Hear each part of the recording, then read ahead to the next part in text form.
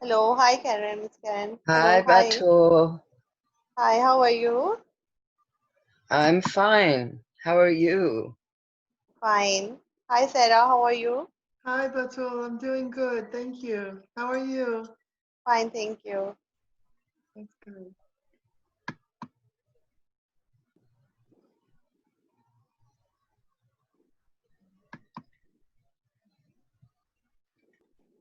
Okay.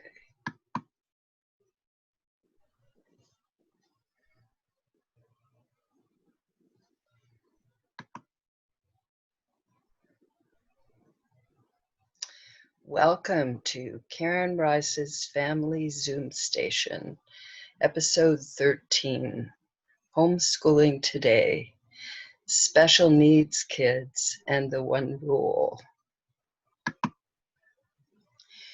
During the first part of this 1-hour show, I share tips and strategies that create harmony with kids. Then we open things up for Q&A and discussion. When I talk about creating harmony with kids, I often bring up the one rule. In any situation where there are differences that might lead to conflict between you and your kids, you use the one rule. Using the one rule means you find agreement. It is the rule. The one rule equals agreement. Agreement equals harmony. You do not move forward until there is agreement. This is the rule. When you follow this rule, you find harmony. You discover what needs to shift so that everyone involved feels good about the situation. It has never failed me when I have used it. Even though I had not isolated it and named it, it was very much part of raising my children and working with students as a Montessori teacher in our Montessori school, as well as students in public schools. The slides are not changing. Oh, no, not again. Maybe just, It's okay, you keep on yeah, going. We are hearing you. yeah. Don't worry. Okay, yeah. Okay. Well, I'll send them to you. Yeah. Yeah. Okay. When I was asked to speak on special needs kids and the one rule, I knew I'd have to share from my own experience. Most of my learning has been from my students. As I've mentioned, I did not know about the one rule then. It is a recent development. It came to me about 2 years ago. Even though I did not know about the one rule, I did not believe in or practice forcing kids to do what they did not want to do. I found harmonious ways to interact, and that helped me and the students that came my way. My primary contact with special needs students was during the 5.5 years I was a middle school teacher in East Los Angeles. This middle school wanted to add a class for autistic students, and I was hired as the teacher. This was my first venture into public schools, except of course as a student. I had not studied autism. I knew almost nothing about it. There was something fascinating to me about it, but I'm not sure why. Once I was hired, I did some reading and studying, but I still primarily relied on myself and my students for our educational direction.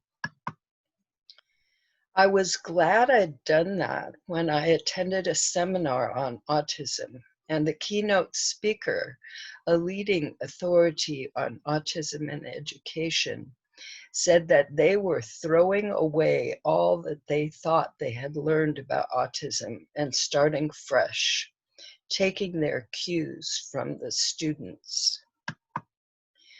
By this time, I was firmly committed to being respectful to kids. This means that agreements were very much a part of how I interacted with students.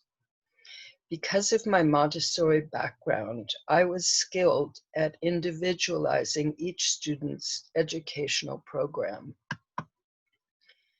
I had developed my abilities as an observer, and I am skilled at assessing students through observation. In other words, I was able to help my students follow their interests and build on their skills. In Montessori, there was a curriculum. I helped students go through it according to their interests. In the public school, there was a curriculum, though I did not find out about it until several months into the semester. So I really followed my students' interests. I also had 2 assistants who had worked in the public school system for some time, and I took cues from them. Each student had an individual educational plan. When I created these, I based them on my observational assessment of their skill levels, according to what they were required to be learning, the core curriculum. This plan, plus their interests, guided the daily lessons. One of my first autistic students loved Pokemon. Together, we made a chart of all the Pokemon characters, including a drawing of each character with the name written below. He also made each character out of clay. So he did writing, reading, drawing, and sculpting on a topic that fascinated him. One thing I developed with my first students and continued later when more students were added to my class was an economic system, including getting paid class money for the work they did.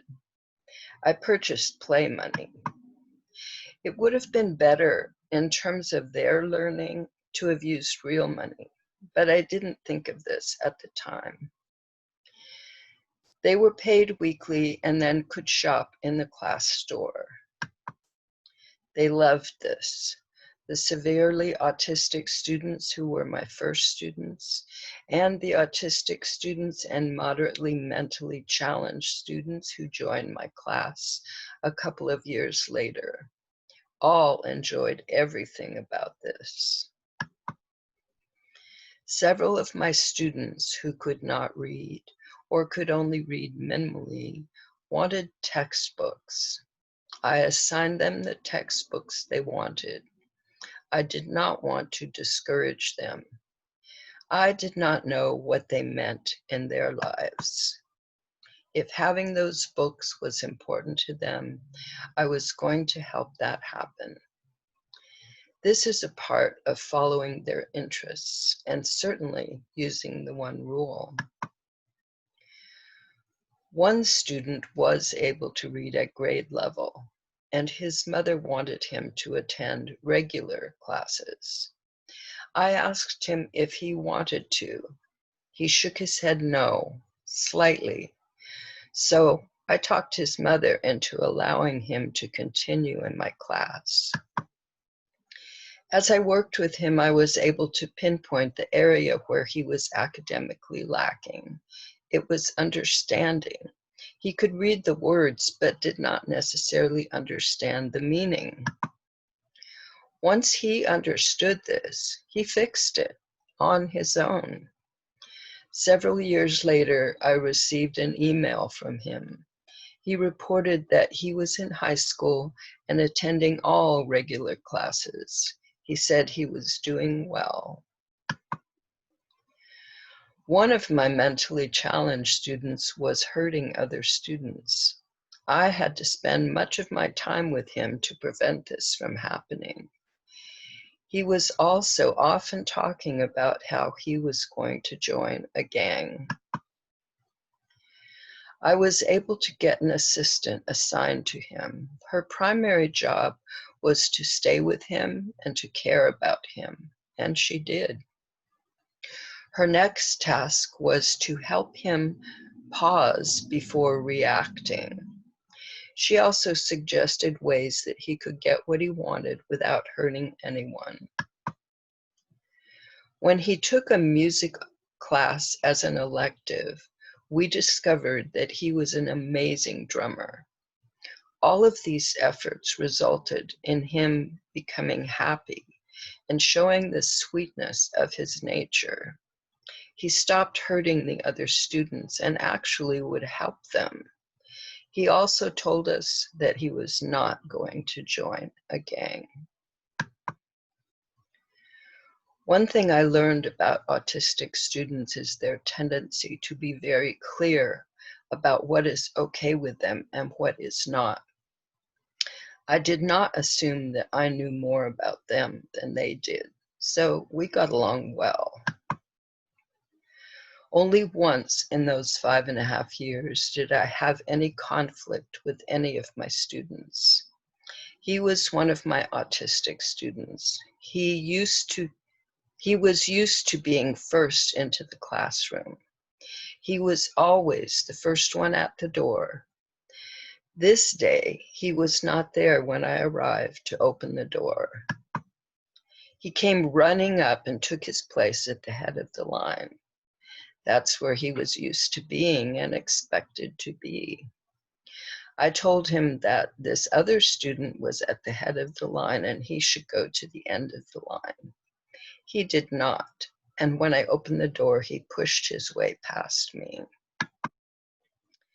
If I'd known about the one rule, then before I opened the door, I would have asked the other students who were in line if they agreed that he could go in first. Chances are that they would have agreed. They were a cooperative group. And usually he was already waiting to be the first in. It mattered to him. And it's very likely that it didn't matter to them. If I'd known about the one rule, harmony would have been my goal. I've never worked with younger special needs kids, so the only thing I can share about them is that I would do my best to find harmony with them too. No matter what, I would make agreement the foundation of working with them. I've been thinking that it might be more like working with 2-year-olds, where I have to do most of the work of finding harmony with them. I'd start with the thought that they are already in harmony, as 2-year-olds are. Then I'd quickly decide whether or not I agree with what is going on. If I do, no problem. If I do not, then I do my best to change what they're doing in a way they agree with. I just remembered an even earlier connection with special needs kids. It came briefly from my Montessori training. Dr. Maria Montessori was the first female doctor in Italy. She specialized in pediatrics and psychiatry. She was appointed the director of the new orthophrenic school attached to the University of Rome, where she worked with developmentally disabled children. This was the beginning of the development of the Montessori method.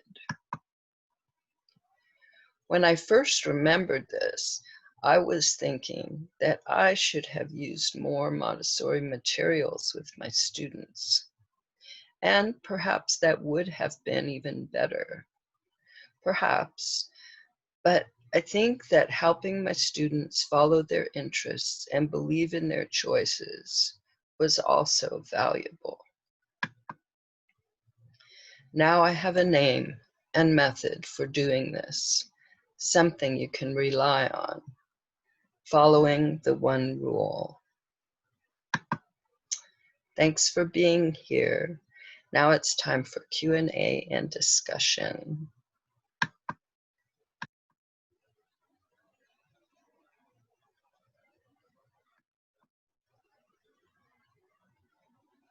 Was really very, very nice.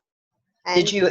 honest, I heard everything. I was carefully listening, Uh-huh.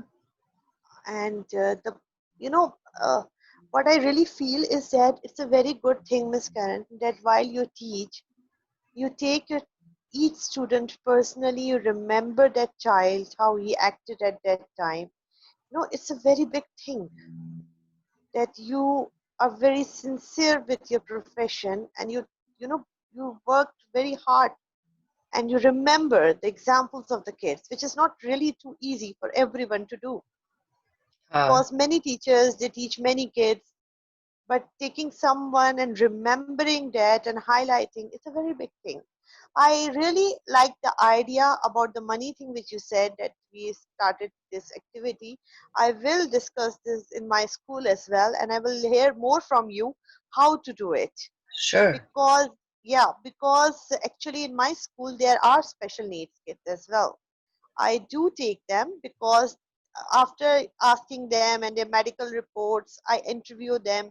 And when I feel that yes, they can sit with the mainstream kids somewhat, so I allow them because they have the right to study. We make separate papers for them, but I really need proper guidance. And you are here now. I'm going to follow you to help me out that how we are going to do. And maybe after, once the schools can open over here in Pakistan, I can invite the parents in your session, somehow connect, like you can explain Yeah, them, because you have even done with the Montessori in Pakistan. Over here there's a very major issue with this, that there is no proper system, no proper way of handling the special needs kids. They are taking in one way. There's no special curriculum designed for them, unfortunately.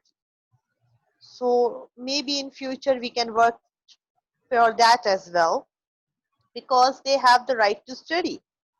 They are special, but there are certain things, like you said, one thing that they are very clear with their points. That is very true, very true. If they dislike something, they will say it. right.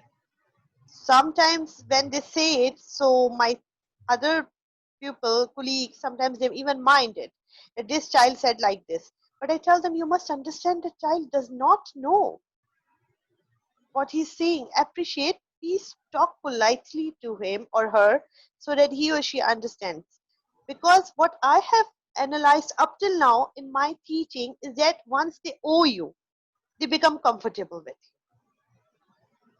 like they trust you. Their Right. gaining their trust is a very big challenge. Yeah. Once they trust you, they will listen to you, they will follow you, they will obey you. This Yeah. happens with me. So I know that, and sometimes when they don't want to hear, they start behaving in different manner, which is maybe sometimes annoying for other people. But what I believe is that other people should understand. They should walk forward, because these special needs kids, they don't understand that whether they're, like, in front of them there's a teacher or a parent or an elder, they take everyone in one line. This is what Right. up till now I have understand. I don't know what I'm saying, but this is what I have understand. First time I'm sharing with someone all this. This is what I have up till now observed.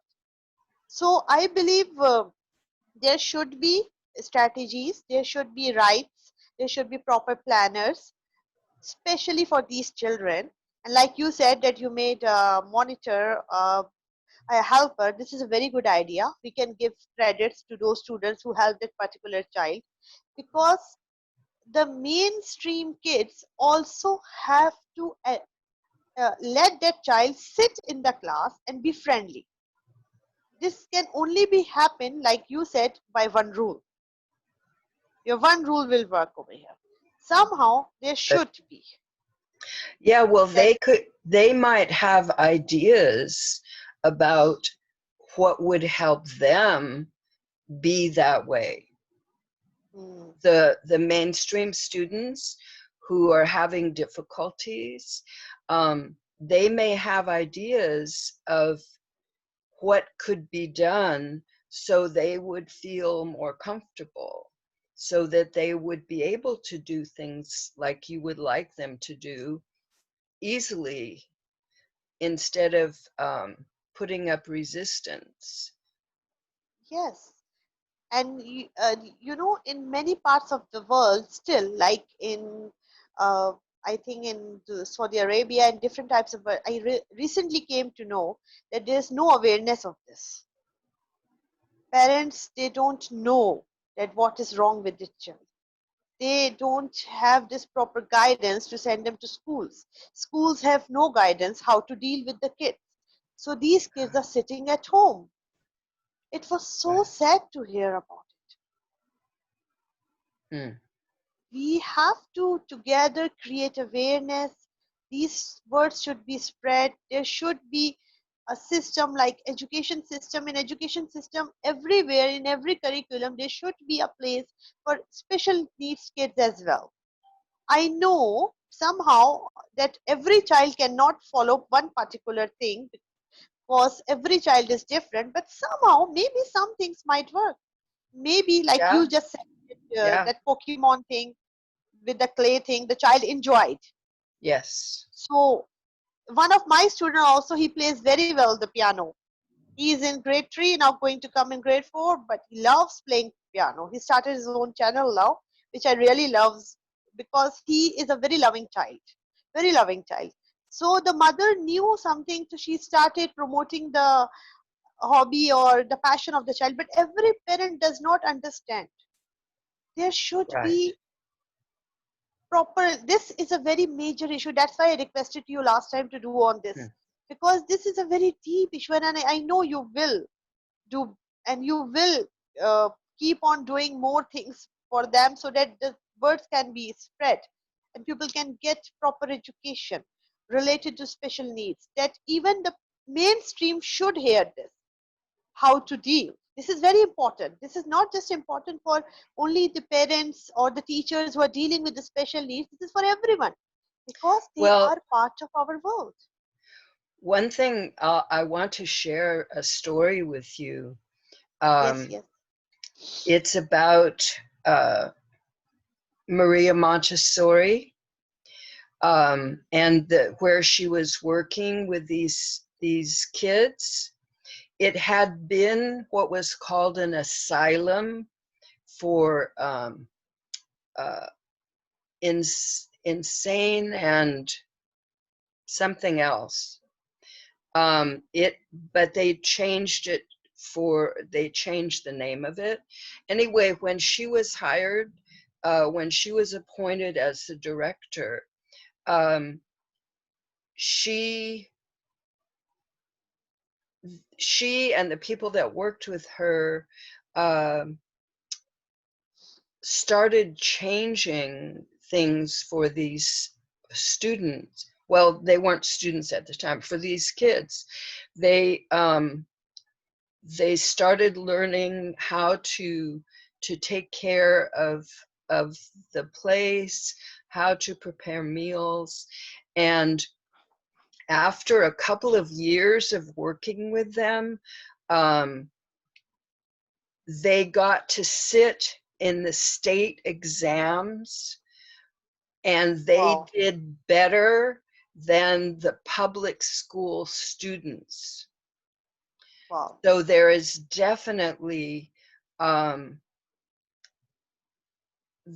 this can be done. It was done. This was a long time ago, but it can be done. What you're wanting definitely can be done. Because like teachers like you, educators like you can guide, make resources, or help the teacher to understand that how to deal the child, help the parents even. Because what I have seen, that some of these children who are special needs are excellent in mathematics. They love math. Some of them are genius with math, more Right, better than the mainstream kids. right, right. Yeah, like that, this one student who he could read the grade level. It was like, I think he was in the 6th grade. He could read the textbooks, um, but he didn't always understand. And once I pointed that out to him, it was like he fixed it. I think he worked with his sister to help him get the understanding, but that's how he did it. He did it on his own. He figured that all out. Once I pointed out exactly where I saw the that wasn't working, the part that wasn't working for him. So One question always bothers me that I really need to know how to control their anxiety. At the moment when they they lose their temper, or sometimes they start showing their anger, or a little bit of behavior which is disturbing for the other students.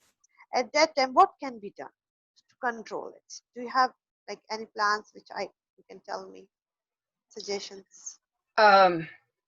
well, prevention's the best. You know, Yeah, I like, know, but but if sometimes it, I don't I know know happens.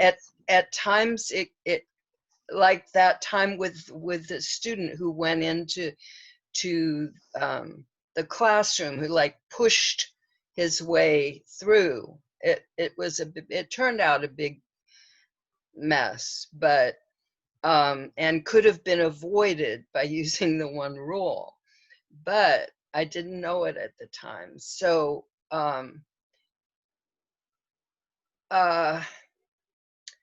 I think it would, my inclination, it would be very important for somebody, I don't know, you if possible, or maybe, I don't know if you have classroom assistants, or maybe one or more of the students who would like to be of help in that way, but would go to them immediately and just like, what do you need, you know, like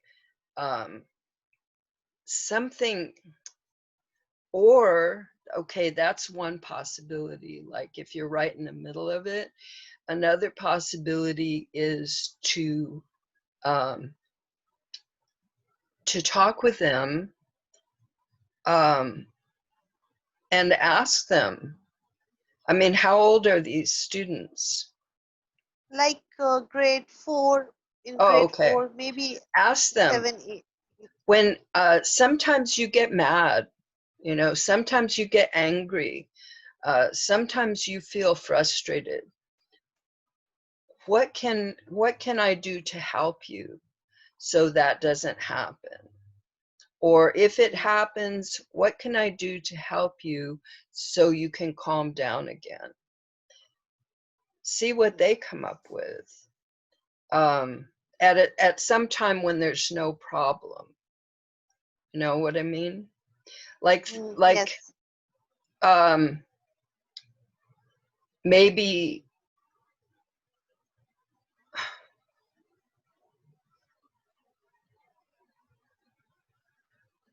well, I can't imagine what they might come up with. One thing I've learned about the students is that they come up with things that never occurred to me, but they work. Especially if they're the ones coming up with it. yeah, that's something really touched me. That yes, we have to speak to them. That what do they want when they have a good mood, and Yeah, we can talk to them. Then later on, we can apply that thing when we find them little bit uh, that they are getting frustrated or aggressive sometimes. Because actually, sometimes it is so hard to control that the whole class gets disturbed. Then you have to make right, them understand, even the students, and I feel bad for both of them in one way. right, right. I Yeah, try so my if, best. That's why I ask you. yeah, yeah. Um, I would think, like, let's say you didn't have time to talk with them yet, Okay. and they're starting. See, it takes paying attention, especially until you get something set up with them. notice, if you can, notice that they are starting to head in that direction. Something is going on that's bothering them. And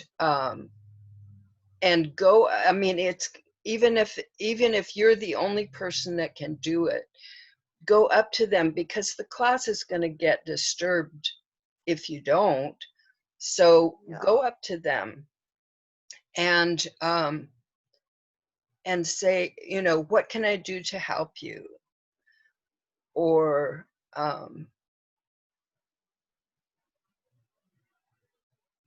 are you having, you know, can I help you with something? Or, you know, that, so they feel like they have an ally, that they're not alone and abandoned, that Yes. somebody cares and is willing to put the focus. See, like this one boy who, he would hit and push and trip the other kids. And so once I realized he was doing this, I pretty much spent a lot of time with him, until I was able to get one of the assistants actually signed up in his IEP for him.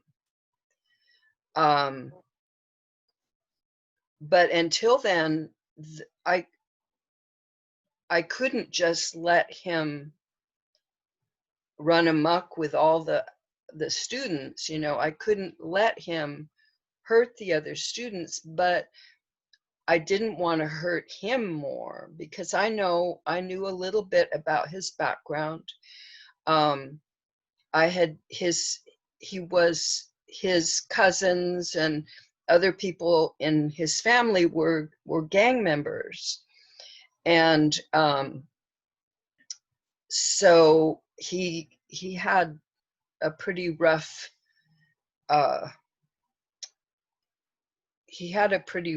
life, and I didn't want to add to the troubles of his life. And so I did spend a lot of time with him. I was glad I had 2 classroom assistants to help with the other students. And then when I was able to have an assistant just for him, that changed everything. So We do keep resource teachers, we allow them, but they are not from our side, they're from the parents themselves. That resource teachers are working at home also with the child. But sometimes I really feel that when the parents are sending to school, obviously it's school's responsibility. It's our teachers, educators' responsibility. Yes, we do need help, like you said, we need assistance or something, but we should also know how to deal. Because in some cases, when the resource teacher is not there due to any particular reason, then the right, teacher herself has to handle. yes, And they should make the child understand that he's part of the classroom. He is not, in front of others, he should not be treated separately. That makes him feel more different. So that is really very challenging for the teachers as well. well, That one how they, of the things that I always did in Montessori was, the moment I noticed any disturbance, that where there was something just, you know, starting to happen, I would go over to them, the students, and say, does anybody need any help? And that usually changed everything. So if the habit were to do that with any student that seems to be needing help, then that wouldn't single them out. Now, I don't know if that happens, because in the Montessori, the students are free to move around. yes, Yeah, so if yeah, everyone's yeah. sitting in a desk, it may not be an issue except for that student. So I guess the the best thing would be to have a meeting with them, in a private meeting, sometime when they're feeling good, and figure out what to do, because they need to be part of it. If they're not part of it, I don't know if it can work, you know. And there That's where should be agreement special, comes in. yeah, I was, because there should be special training sessions for these parents as well. They should join, the teachers should join, government or like should help them that yes, they have a place over here. Come and learn how to deal your child. mm, That would be Like good. it's not because it's not only just for special, just it should be named as a parenting session where Yes, parents goes, learns new things, how to deal. This should be there, these things, the diet, proper diet, because every child might follow a different diet. Maybe a good dietitian, uh, trainer, all these doctor, therapists, they all join together with one rule. It will definitely work with the child. that's a good idea. that, I was thinking about that too. I was really moved about when you had that assistant come, what you, on the slide, you said the first job for that person was to stay with that child and care about them. It wasn't control them, it was care about them. You know, so I feel like what you said about establishing the trust, when is winning the trust, at that point, you might be able to, um, and also I just wanted to mention about establishing the trust. It's really important, I think, is when establishing the trust to understand that the teacher's not perfect and that if they slip, it's not a betrayal of that trust, you know, because sometimes you have certain procedures in the class or you have routines or something like that, and something might happen and you might have to change that routine. And then they might feel, oh, you promised and you're betraying that trust now, you know. But Yes, and in that moment when they have that kind of connection, to set up like an emotional first aid kit, you know, where if they're getting anxious or aggravated or irritated by someone or something that happens, it might just be the fan or something like that or the lights, that they know that they can, like you set up some kind of procedures that can be already there and that we know what to do. You know what to do. I see you, I hear you, but let's do this so that you don't feel that bad way anymore, or that I'm understanding this, and then you can come and you can talk, you can stop the lesson, you can talk about something like that, that they know yes, it's within the parameters of what can happen in the classroom, that it's not bad for them to say something at that point, that they're, or whatever you decide to set up. They could have a friend. I need to go talk to him, you know, in the hall or whatever, because I'm feeling stressed. So, some kind of signal, some kind of um, where and yeah, where that they know they're included and that their Nice. situation is not overlooked or somehow that they can recognize their need and be comfortable that they've got that need. They've got to, so that they can feel it's okay, where I yes, don't have to like totally lose it, you know. So yes. Very true, Sarah. Very true. then it might be difficult for them to remember at first when those aggravations start happening, because from what I understand, it's a very heightened experience of life, of all of life. The joys are more intense and the disappointments are more intense. Yes, Most almost painful, like physically painful, not being able to process how to distance yourself from some feeling. There's no distance, it's just there. So I think you're right, Batool, that the awareness is so important for the parents, and to be on the same team with the teachers and with any assistants or administration, that the child can feel like, oh my gosh, this therapist knows what my teacher will do in the class. My mom knows what the teacher will do in the class. And the teacher knows my mom at home is understanding my situation, or my dad is understanding my situation. Yes.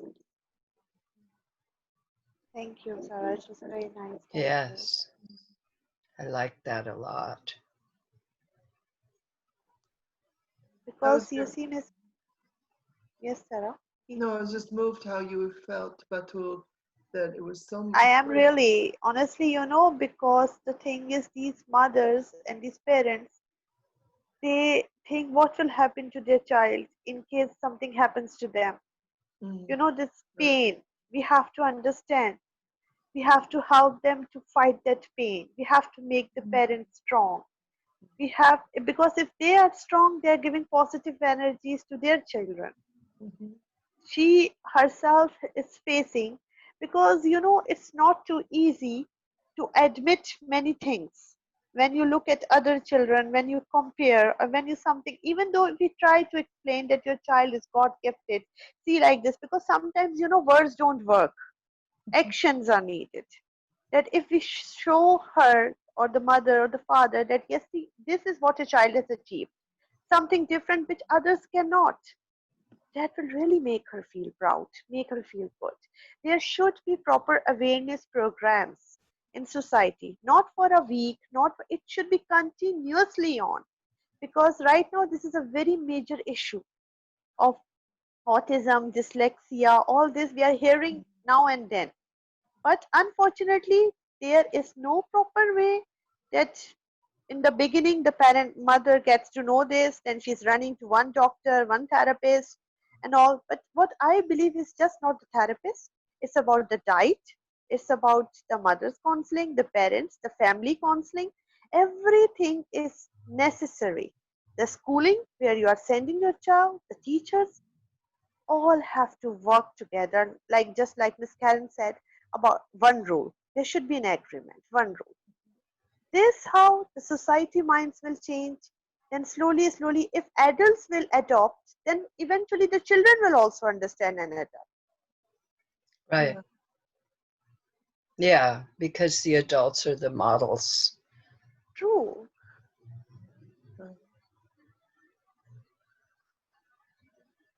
I also really liked what you said, Karen, about the economic system in the classroom, and then the special needs kids really loving that. Yeah. I feel that's so important, that they feel there's nothing like feeling empowered or trusted, with that kind of a thing. It's a definite life skill. It's a definite thing that they see every day in the world, and maybe oftentimes they're not trusted with money or financial things, or understanding the value of something, or and then that being taken away from them can bring so much more frustration, so Right. really that's exciting, that kind of and also to even just on so many levels, just promote the learning, and it's Yeah, somebody recently was saying one of the most difficult things in terms of, I don't know if it was in terms of money maybe, is counting back change. And I mean, that just was built into this, not intentionally, but it was just part of as a practicality. Yeah. Yeah. Yeah, it's amazing here in America and United States, Las Vegas, that I was out of the country for 27 years. I was in South America, and I came back to America, and I'm not sure if it's only here in Las Vegas, but the customer service and just kids who are working at any kind of retail or fast food, they don't know how to count out change. They don't know how to count back change. They have to look at the number on the computer. Right. Punched it in wrong. They don't know that they're counting it back wrong. And so it was kind of a culture shock Huh. when I came back. Quite a few things had me a little bit like mystified. It was interesting. I think a lot of places here, they're I'm not sure what the reason is or why how it got this way, but there's a kind of an impatience or yeah, it's just Yeah, I think you're right. You see it in driving too. oh yeah, Yeah. a lack of concern, a lack of I don't know, but especially I feel like the customer care, you know, and people who have a job. And my daughter was telling me that they don't really care that they have a job, but they're there and they don't really want to work, you know. And she's a manager at McDonald's, and many people come in and get hired and then don't do anything, and then they just move on to something else. It's very, very interesting, but I feel like it does come in that area that we're talking about of self-esteem and learning that when you invest in something and you have somebody who's rigorously investing in you, and then you see your own progress, and then you understand that, or then you feel some kind of happiness when you see yourself progress, you know. Right. It's not something that is going to be meaningless, you know, that I'm doing this job, but I'm never going to get any better, you know, or I'm never going to have a better situation. This is all that I can do, you know, that this is not, people should be able to feel, or I can grow, I can do more, I can do anything I want, the sky's the limit, you know. But without that kind of care, like you were saying about that assistant, the first job is to care about that, because I don't think every teacher would say that. You know, this is your job to stay with this child, and your first job is to care about them. And then you said teach them to pause before they react to something, or breathe. That was one thing I noticed, is that there was like no space of thought between something that happened to him and his reaction. It was instant. So I don't know if that ever got fixed, but I do know he totally stopped hurting the other students, and actually wanted to help them if they needed some help. So a lot of good things happened there. That one rule is so important, though, because if that's established, then people, I mean, I can just think of so many adult situations where if that could be there from the beginning, that agreement is what we're after, that everybody here is committed to agreement, and that person's viewpoint or experience or goals are just as important as mine. That's what I'm feeling is missing. Is that mutual respect, you know?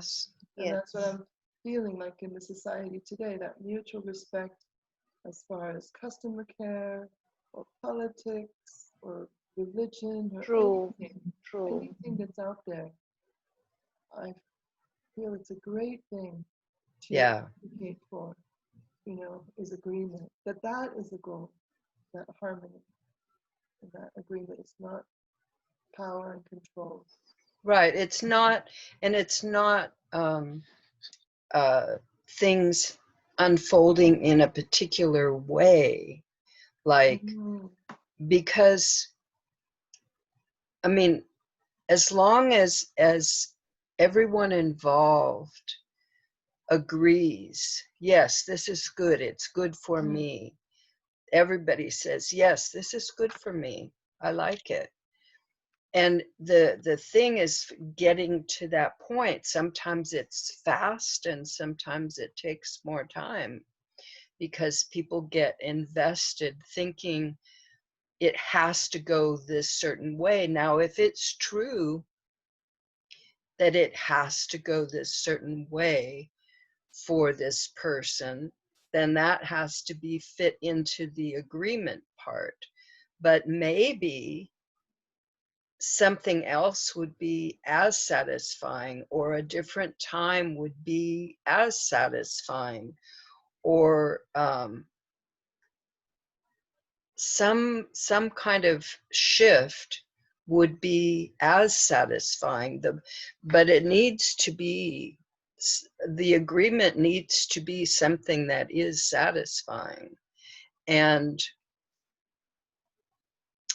I think if we can start children knowing this, and any adults who are open to it, of course, it can make a big difference in how things go. Yes. I think that's really, really critical.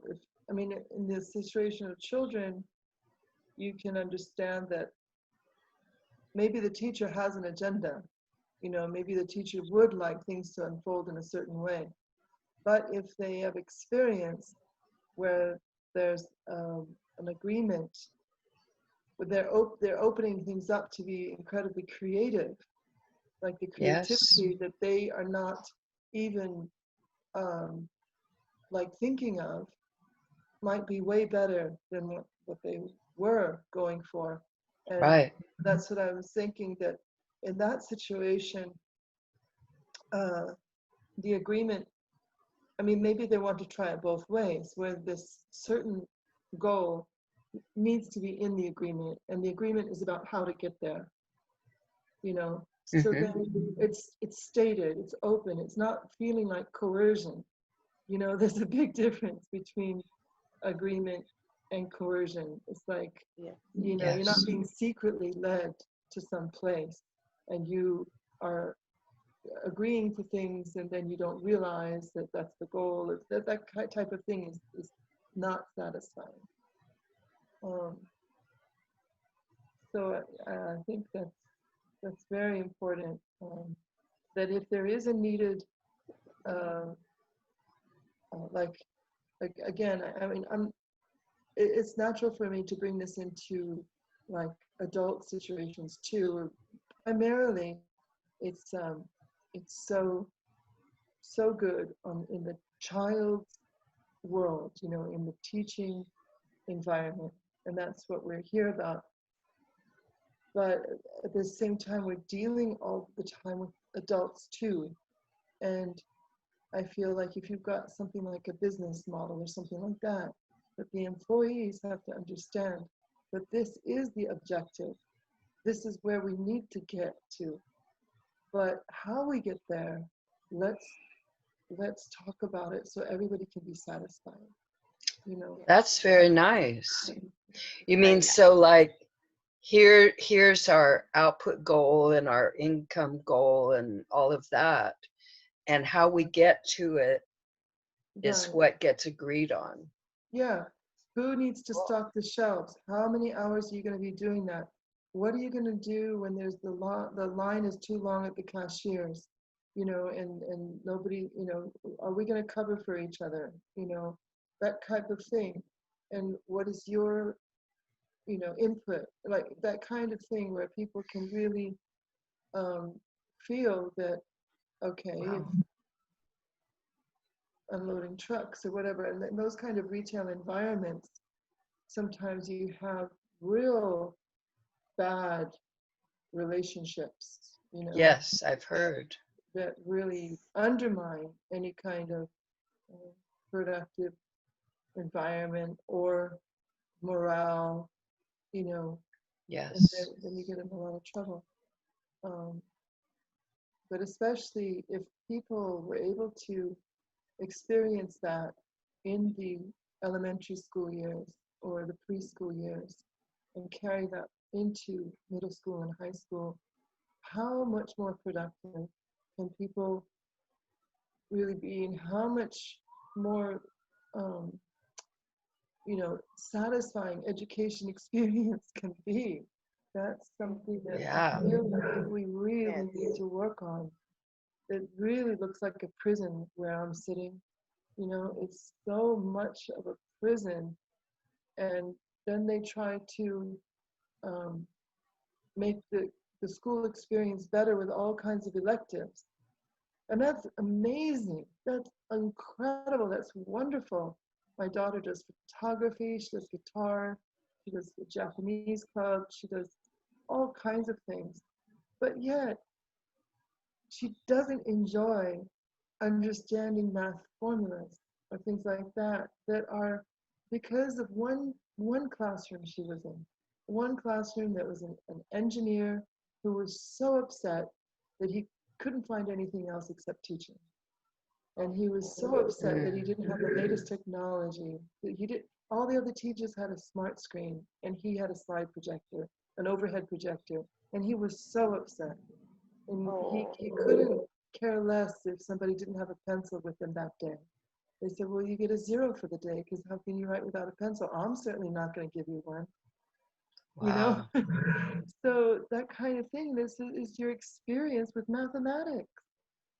That's your experience. So Right. how much can you feel confident in that subject, in that area? So we really have a lot to Yes. do. Yes, we do. But I'm sure we can make some good progress on this. Mm.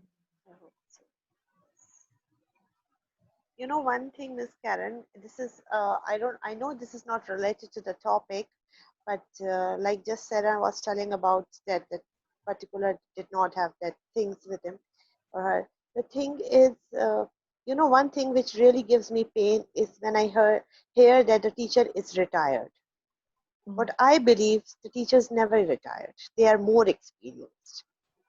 So this word of retired should not be with the teaching department at all, because but this is my own personal feeling, that what I believe there should be the word experience for them, and the new young teachers and the young generation should keep on learning from them, because no matter what, these digital resources cannot replace their experience. They Right. have a huge experience. They have a huge understanding. That is something which you can grasp.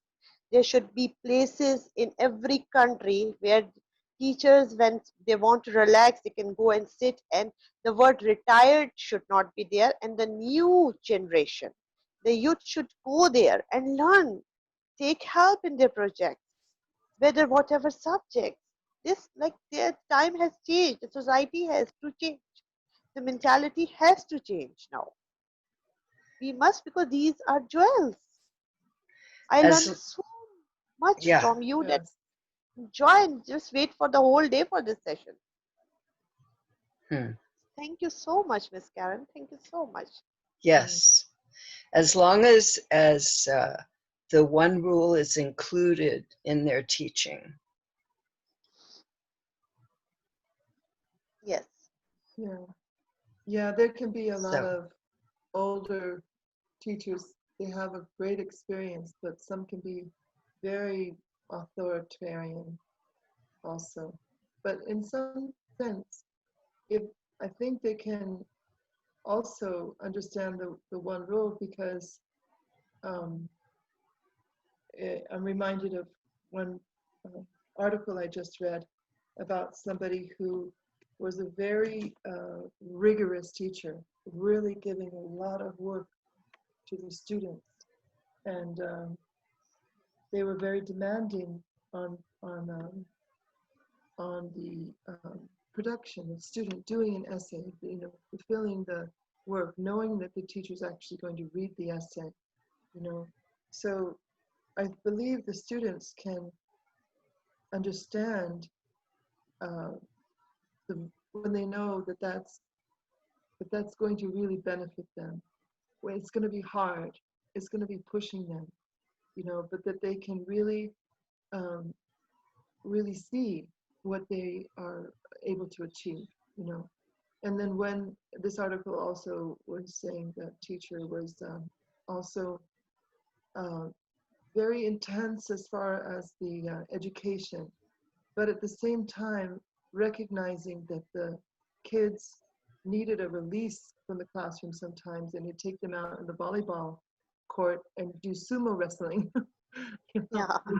sometimes they do sumo wrestling in the classroom even, but then they would take it outside also, and none of the other teachers ever turned them into the administrators. Because That's right. they yeah, so it's like that kind of passion is really amazing in the teachers. And like Batool, you were saying, the generations are so important. Like Karen's experience is so incredible. Yes. And I'm hoping, like Sera was on the call last week, I'm hoping yes. to try to get younger educators involved to see how somebody with a lot of wisdom can can help, and how they can inherit those kinds of things. Well, thank you. Thanks to you also. Thank you both for being here and your wonderful participation. I love this discussion part very much. I enjoy making this slideshow too, but I love the discussion. So I hope you have a great week, and we'll be in touch. Thank you, For your Karen. next session, Miss Karen, can you teach us some mindful activities to do with Uh, the kids? yeah, I could. My Because version, you my always, version, my yeah, version. Okay, yeah. yeah. It's one Some, of my that's very passions. important. Yeah, Oh, mindful nice. Okay. activities. Please. All Thank you right. so Wonderful. much. Thank you. Wonderful. Yes. Thank you so much. Thank, thank Yes. you, Sarah. Bye. Take care.